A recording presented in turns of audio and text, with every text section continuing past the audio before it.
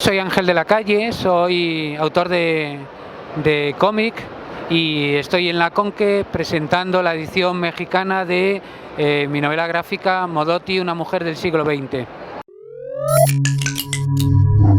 Cuando descubrí la personalidad de Tina Modotti hace un montón de años, me fascinó muchísimo, ¿no? Una mujer que fue estrella en Hollywood, emigrante italiana en California, luego estuvo en Los Ángeles, vino a Ciudad de México, se convirtió en fotógrafa, modelo para los murales de Diego Rivera y de otra gente, compañera de Edward Weston, el padre de la fotografía norteamericana, amiga de todo el mundo, Frida Kahlo, Alejandra Kollontai, Sir James Stein y evidentemente otras mujeres mexicanas del momento, desde Naui Olin hasta no sé, un montón de ellas que en este momento no alcanzo a recordar, pero que están ahí, ¿no? De Anita Brenner a muchas otras.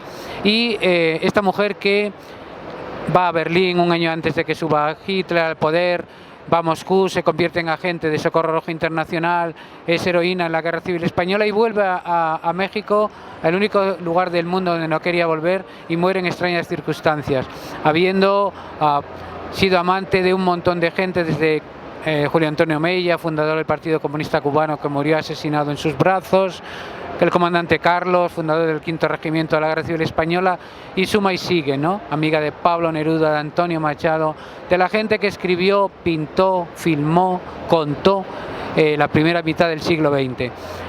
Una mujer así te fascina, y fui buscando detrás de ella en las ciudades donde estuvo, por los lugares donde pasó, leyendo todas las biografías, que no eran muchas, que había en esa época, e investigando las zonas oscuras. Y bueno, hay zonas oscuras en su biografía que acaban de ser descubiertas, algunas como el asesinato, toda la verdad sobre el asesinato de Julio Antonio Mella por unas investigadoras de la UNAM hace poco, y eso está también en esta edición del libro mexicano.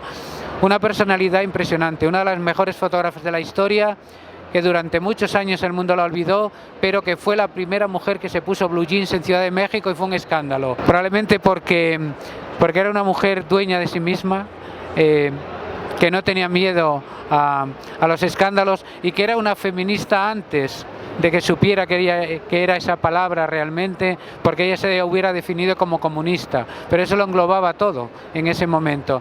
Y bueno, ella era una mujer que levantaba mucha polémica en la sociedad bien pensante mexicana de ese momento. Se lo hizo pagar esa sociedad. Básicamente es una búsqueda, es la historia de una búsqueda. Me encontré cuando empezaba a contar la historia, yo no quería hacer una biografía, quería contar la historia de Tina Modotti, pero cuando lo empecé a hacer me di cuenta de que no podía hacerlo si a la vez no contaba el proceso de búsqueda, y no había otra manera que hacer autobiografía en la biografía, contar cómo fue eso y entrar en discusión con la propia obra, porque toda obra postula el universo, pero también postula el propio lenguaje.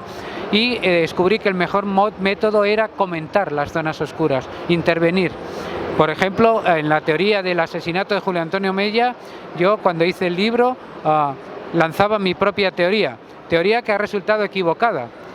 Ahora que sabemos cuál fue la verdadera teoría, la mía no era pero la mía era mucho más literaria y mucho más bonita, aunque no era la real. Y ese proceso de biografía y autobiografía es lo que convierte este libro en algo diferente, en una apuesta por el lenguaje de las viñetas y por la idea buscada de que con este lenguaje se puede contar todo. Yo soy autor de historieta, básicamente, pero sí es cierto que he hecho documentales para televisión y he escrito libros de texto.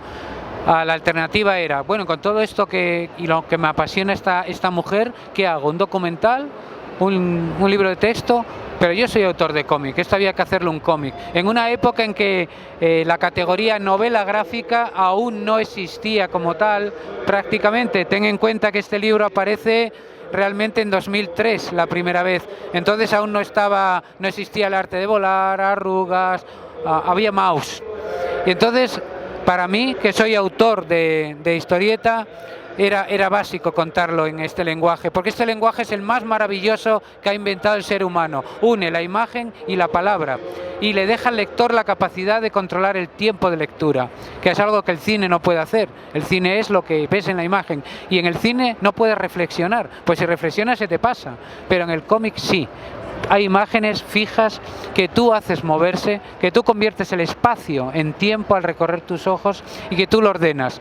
Con todas estas posibilidades estamos ante un lenguaje con todo el futuro por delante, con toda su vida. Los 100 años que lleva poco más de existencia el cómic es el comienzo. Hemos estado en la literatura infantil y juvenil, pero tenemos todo, la narrativa por delante. Estamos ante el lenguaje del siglo XXI.